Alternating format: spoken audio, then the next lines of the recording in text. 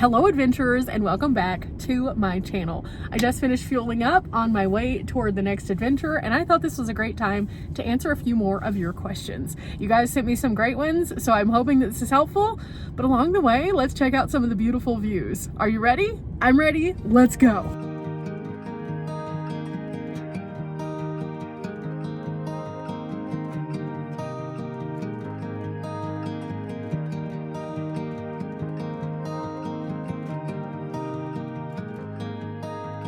I thought this pull-up was a great time to answer the first question, which is, what kind of tent did I use whenever I tent camped? It was a far departure from the van, that's for sure.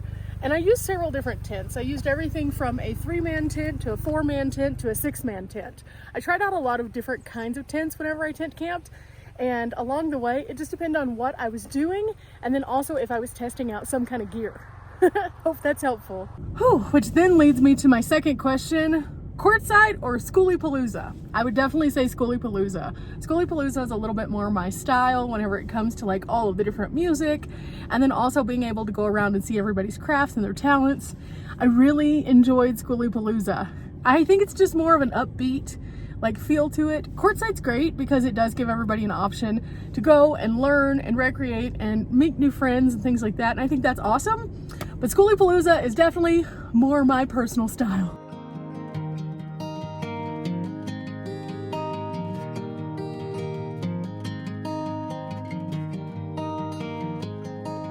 Okay, for this next one, I was asked, do I ever have spa days with my girls whenever I'm traveling?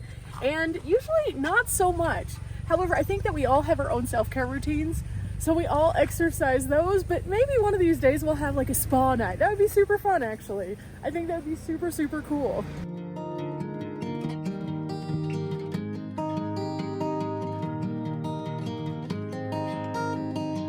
Now this next question, I've already answered part of it because of the adventures I've gone on, but they asked if I was going to North Dakota or Montana. And I went to Montana. Oh my goodness, it was so amazing. Highly, highly recommend. There's so much more that I want to go back and see the next trip also. I always leave a little bit for myself. But as for North Dakota, it is still on my bucket list. I definitely will be going there. I'm just not sure what that's going to look like or when. It's just got to be a time whenever the weather works, because it goes through extremes. It's either extremely hot or extremely cold. So I have to pick my adventures accordingly. Back in the van, up the mountain some more, and a few more of your questions.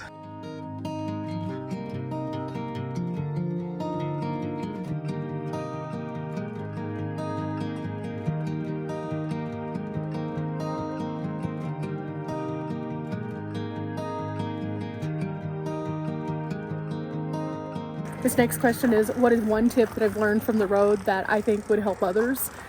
I think number one, to always trust your intuition and your gut. I think that that'll keep you safer longer and keep you out of harm's way. But number two, don't question your abilities. Allow yourself to do things that might be a little uncomfortable sometimes. Now, with that, use your best judgment and again, your gut. But at the same time, try things. Don't be afraid that you will fail, because if you fail, at least you tried.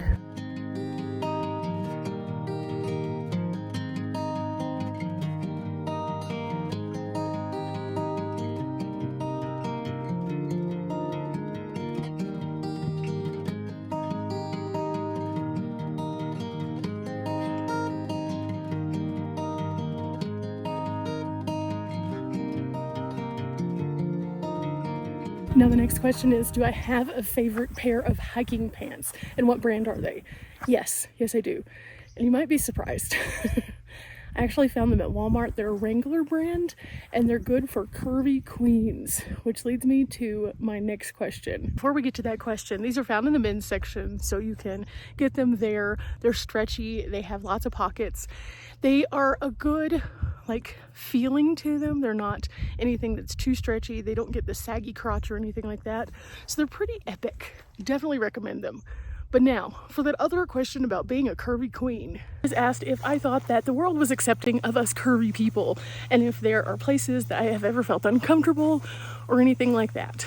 And, well, I know there's a lot of thinner people out there who do hikes, who do biking and all sorts of other activities. However, there are a lot of people representing the curvy community who are out here recreating too.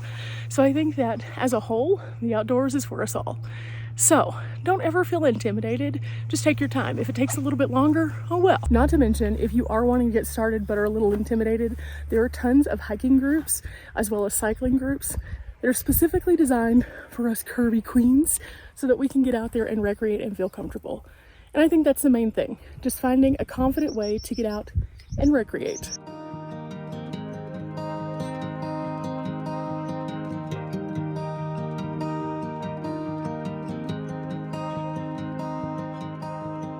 Woo, that was a beautiful way to start my morning this morning with that good little walk. But I did have another question, and I thought this one was a good one since we got back to the van. Someone was asking, they wanted to take their fur baby with them on the road. And they said their fur baby's just a little bit more spoiled, so they were wondering if I had any tips for traveling with a fur baby, especially one that is spoiled. Now, there are several people online that I definitely recommend that you check out, including Riley. Riley Does Life talks a lot about how she and Tyson kind of coexist in their space, but also there are a lot of other creators who have their dogs with them. For example, Vanlife, I'm pretty sure, would also consider his dog to be kind of a little spoiled dog. And in doing so, I think that the best word of advice that I can give you as a non-dog person on the road is to watch those channels, but also to keep in mind that dogs are going to kind of change your trajectory in some places. For example, a lot of national parks, even if you can bring the dog in, can't go on trails.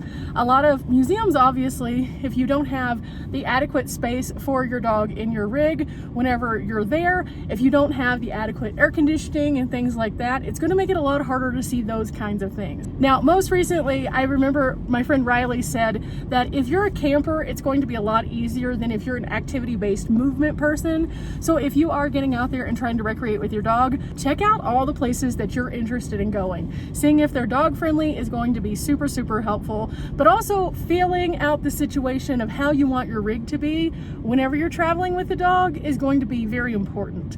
If you are wanting to go into places that the dog's not going to be allowed, you do need to make certain accommodations for them, either finding a kennel to service your dog or having a rig that is set up where when you're away there's still constant airflow and cool temperatures for your fur friend. I definitely think that's one of the harder things for planning for travel with your fur friend, but at the same time it's an easy one to tackle. All you have to do is just put in a little bit of effort and forethought.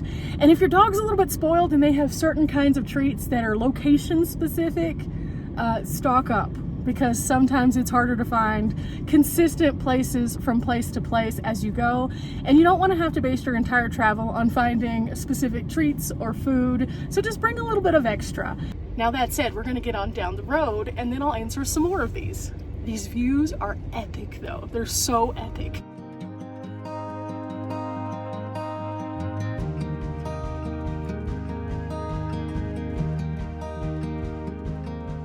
My next question is, what's my biggest regret about my travel style?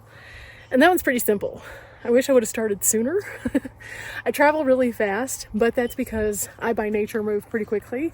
And so I don't think I would change anything about my travel style as it is. However, I would have started sooner because there were lots of opportunities I missed out on by waiting. Which brings me to my next question. Do I ever burn out or get tired? And for the most part, no, but every so often I do get kind of tired, so I'll have like a 0 day and either work or I will just stay at my campsite. But for the most part, I am go, go, go. And the person who left this comment was right. I am very Energizer Bunny-like. I definitely am.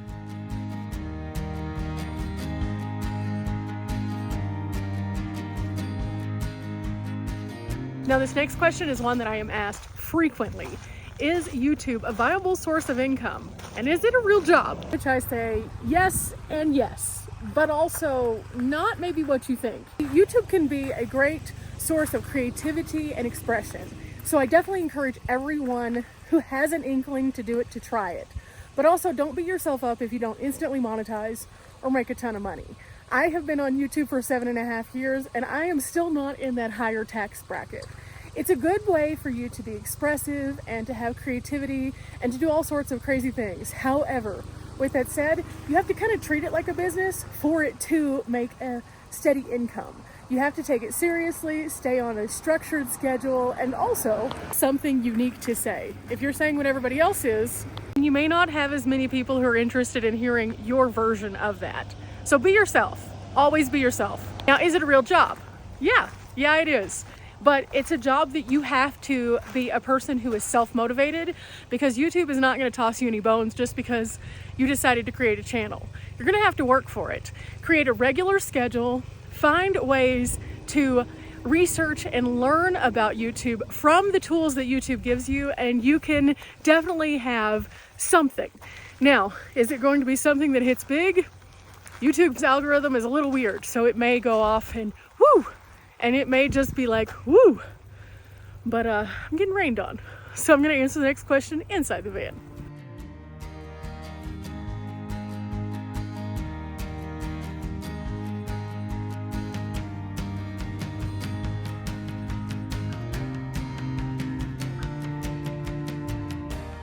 Woo! Okay, back in the van. For this next question, I was asked, what hair color is next? I honestly have no idea. I really don't. The last time I did it, it was supposed to be teal. It looked blue. It didn't look teal. So I have no idea. As of right now, it's just this two-tone floof and we're good to go. But I'm sure at some point in the near future, I will pick a color and go with it. I just don't know what that color is going to be. I really liked the blue, so I may go back blue again. Pink was super fun, but it took forever to come out. And so I'll probably stay away from anything in the red family, even though pink was super, super fun. But I'll see. I don't know. I'm really honestly not sure. I should probably think about that. Also, I'll answer this one. Someone asked, how many channels do I have? I have several channels. I have this one, obviously, and then I have my tiny home channel. I also have Nomad News, which will be making a comeback very soon. They're working on some things within our government currently about filming in national parks, and I just want to make sure that I'm doing everything correctly so I can give you guys the best information possible.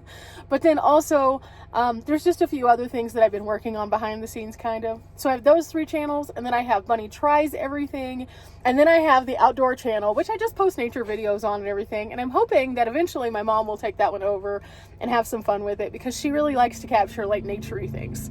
So there's that. I have all of those. I actively use my regular channel, this one, and then also Tiny Texas Living. And then just whenever I try out something new that I'm interested in, I'll throw it over on the Bunny Tries channel, just for funsies. That's a fun channel. It's just really random. I don't do a lot on there, but whenever I do, it's just like a ha, I did this. I tried something new. And that's what goes there. So hope that answers that one for you. So the rain seems to be simmering down, so I can kind of drive a little bit more. It's still going, but it's not as strong as it was for a minute there. We have 2 more, so that means we get to go look at some more views. And I really like doing it this way with the Q&As, simply because then you guys get to kind of see the beauty around us, but also it gives me something fun to look forward to on longer driving days, and so we can kind of break up some of the monotony.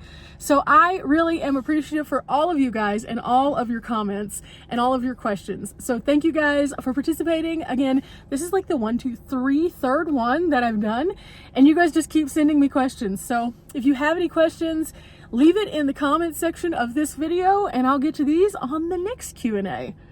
Yeah, I think I'll just start doing these kind of regularly to kind of get to the meat and potatoes of some of the things that we don't really talk about as much here on the channel, because this is fun.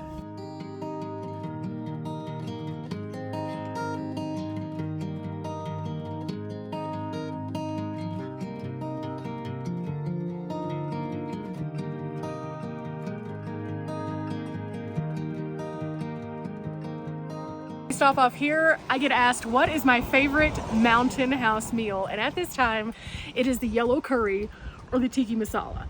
Both are just so cozy. I love them. I can't express that enough. I love them. Last but not least, have I noticed that different parts of the country have different personality? And if so, what do I think about that? I think it's absolutely epic. You can see from the architecture in certain areas, and then also from the activities in different areas, how vastly different life is. And I think that that's really cool. But one of the things that's a little bit more niche is when you go to places that have roof boxes. Roof boxes, campers, truck campers. When you start seeing an abundance of those, you know you're in good company because you're in an outdoor area. and I absolutely love that. Guys, that's gonna do it for us on this Q&A. I hope this was helpful for you guys. I hope you enjoyed all of the amazing views. I know I certainly did. This has been an incredible time to just be out here in nature and just enjoy something interesting. I hope that you've enjoyed coming along, and remember, we're not here for a long time, but we are here for a good time. Till next time, bye.